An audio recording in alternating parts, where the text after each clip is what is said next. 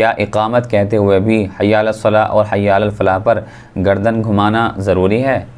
मज़कूरा सवाल का जवाब यह है कि अज़ान देते हुए हय्या अलस सलाह और हय्या अलल फलाह जब कहा जाता है तो उस वक्त दाएं और बाएं चेहरा फेरना और मोड़ना अज़ान में हदीस से साबित है।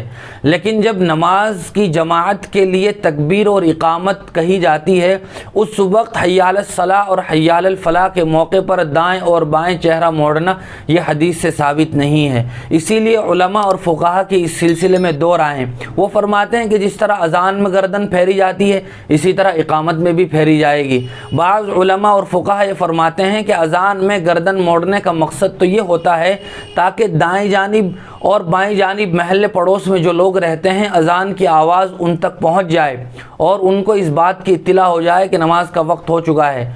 और तकबीर और इकामत जो कही जाती है उसका मकसद लोगों को इत्तिला देना नहीं होता बल्कि मस्जिद ही में मौजूद लोगों को जमात की इत्तिला गोया देना मकसूद होता है। और वो इसके बग़ैर भी मुमकिन है कि दाएं और बाएं चेहरा घुमाया जाए।